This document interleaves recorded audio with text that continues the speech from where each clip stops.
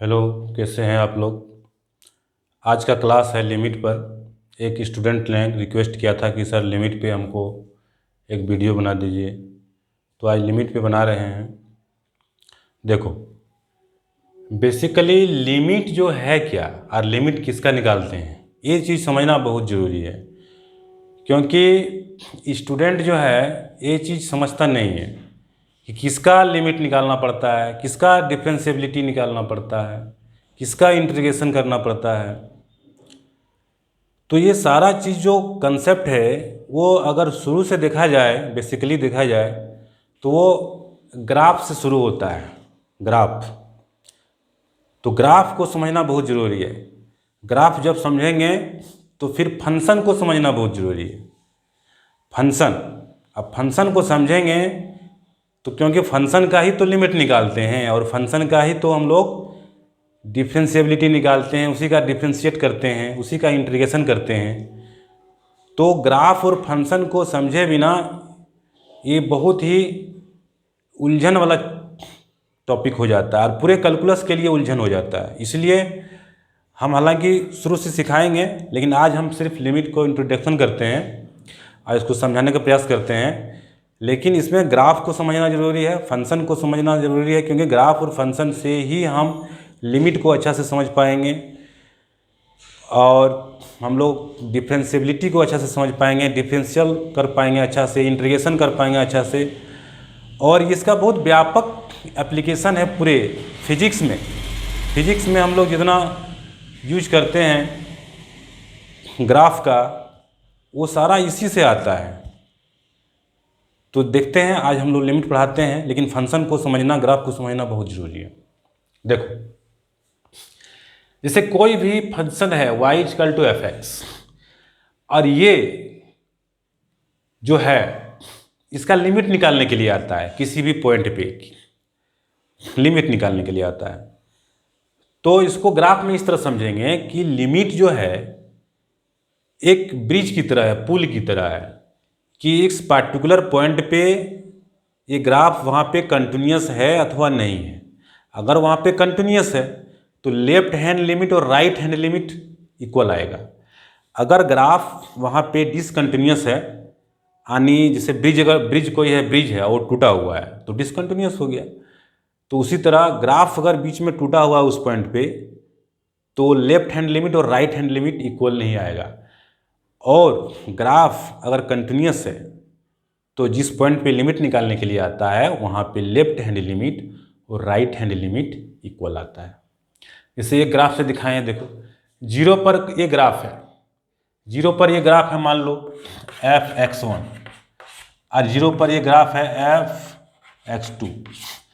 तो यहाँ पे देखो, ये ग्राफ जो है जीरो पर कंटिन्यूस है, लेकिन ये ग्राफ जीरो पे ब्रेक किया हुआ है, ये कंटिन्यूस नहीं है। तो इसको समझना बहुत जरूरी है। जैसे क्या है, लिमिट का परिभाषा क्या है कि कोई भी फंक्शन है, कोई भी फंक्शन है f(x), ये किसी पार्टिकुलर पॉइंट पे अगर लेफ्ट हैंड लिमिट यानी जीरो से थोड़ा सा पीछे लिए हम लोग, यानी जीरो पे लिए, तो जीरो पे लिए तो जीरो से थोड़ा सा पीछे लिए, जीरो से थोड़ा सा पीछे लिए हम लोग, थोड़ा सा पीछे लिए, उस पर चेक करेंगे लेफ्ट हैंड लिमिट, और जीरो से थोड़ा सा आगे लिए और उस पर चेक करेंगे हम लोग उसका वैल्यू। अगर दोनों इक्वल आ जाता है, लेफ्ट हैंड लिमिट और राइट हैंड लिमिट, तो कहेंगे उस पॉइंट पे एग्जिस्ट है, इसका लिमिट एग्जिस्ट है, यानी उस पॉइंट पे ग्राफ कंटिन्यूस है। ये बात समझ में आ गया।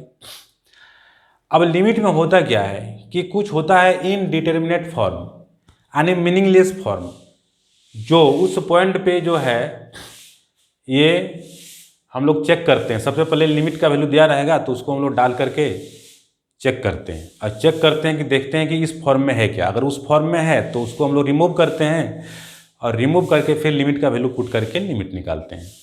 फिर देखते हैं, थोड़ा सा रोक दो।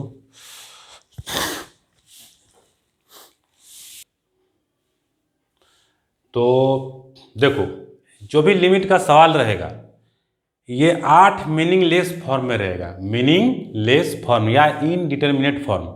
ये 8 फॉर्म तुम्हारे पास रहेगा उपलब्ध। क्या रहेगा? 0/0 फॉर्म में अगर आता है, लिमिट का वैल्यू पुट करके डायरेक्ट देखेंगे 0/0 फॉर्म में है तो मीनिंगलेस फॉर्म में है, इसको हटाना पड़ेगा।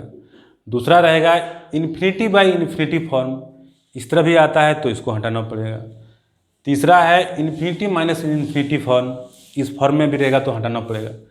इन्फिनिटी गुना इन्फिनिटी फॉर्म, इस फॉर्म में भी रहेगा तो हटाना पड़ेगा। इन्फिनिटी इंटू 0 फॉर्म, ये भी है मीनिंगलेस फॉर्म। 0 के पावर 0 इस तरह का भी आ जाता है लिमिट पुट करने पर, तो ये भी हो गया मीनिंगलेस फॉर्म। इन्फिनिटी के पावर 0 तो ये भी हो गया मीनिंगलेस फॉर्म। 1 के पावर इन्फिनिटी ये भी हो गया मीनिंगलेस फॉर्म। तो कुल मिलाकर मीनिंगलेस फॉर्म कितना रहेगा लिमिट में? 8। इस तरह फॉर्म आता है तो तुमको इस मीनिंगलेस फॉर्म को हटा करके लिमिट का वैल्यू पुट करना पड़ेगा, तब जाके उसका वैल्यू निकलेगा। एक एग्जाम्पल के थ्रू समझाते हैं। देखो एक एग्जाम्पल लेते हैं हम लोग, x² - 3x + 2 divide by x - 1 limit x tends to 1। तो इसमें क्या है? इसमें दो फंक्शन नहीं दिखाई पड़ रहा है, x² - 3x + 2 और x - 1। इसमें दो फंक्शन है, एक फंक्शन ऊपर है, दूसरा फंक्शन नीचे है। तो फंक्शन को तो समझना ही जरूरी है, फंक्शन को समझे बिना हम लोग इसको समझ नहीं पाएंगे। देखो कैसे इसको करते हैं। पहले 1 को डायरेक्ट पुट करते हैं हम लोग। 1 को पुट करेंगे तो क्या आएगा? 1 - 3 + 2 1 - 1 यानी 0/0 फॉर्म में आ गया, मीनिंगलेस फॉर्म में आ गया। तो ये मीनिंगलेस फॉर्म में आ गया तो इस मीनिंगलेस फॉर्म को हटाना पड़ेगा। कैसे हटाते हैं? तो ऊपर को फैक्टराइजेशन करते हैं। फैक्टराइजेशन करेंगे हम लोग, x² - 2x - x + 2 divide by x - 1। Factorisation करते हैं जैसे हम लोग करते हैं फैक्टराइजेशन, तो कितना आ जाएगा? x कॉमन लेंगे तो x कॉमन लिए x - 2, यहाँ 1 कॉमन आएगा, x - 2 डिवाइड बाय x - 1 और लिमिट x टेंड्स टू 1। अब क्या आ जाएगा? x - 1 और x - 2 डिवाइड बाय x - 1 और लिमिट x - 1। ये समझ में आ गया? अब ये कट जाएगा। अब लिमिट का वैल्यू पुट कर देंगे तो क्या आएगा? 1 - 2 बराबर -1। तो लिमिट का वैल्यू कितना आ गया? Limit x tends to 1 equal to -1। तो ये तुम्हारा आंसर आ गया। ये तरीका है लिमिट बनाने का। तो इनडिटरमिनेट फॉर्म को रिमूव करके ही और उसमें लिमिट का वैल्यू पुट करके लिमिट का वैल्यू निकाला जाता है, चाहे किसी भी तरह का सवाल हो, किसी भी तरह का सवाल। और लिमिट क्या है ये समझ में आ गया कि कोई भी फंक्शन जहाँ कंटिन्यूअस होता है किसी पर्टिकुलर पॉइंट पे, तो वो left hand limit right hand limit equal आता है। अगर डिसकंटिन्यूअस होगा तो उस जगह left hand limit right hand limit equal नहीं आएगा।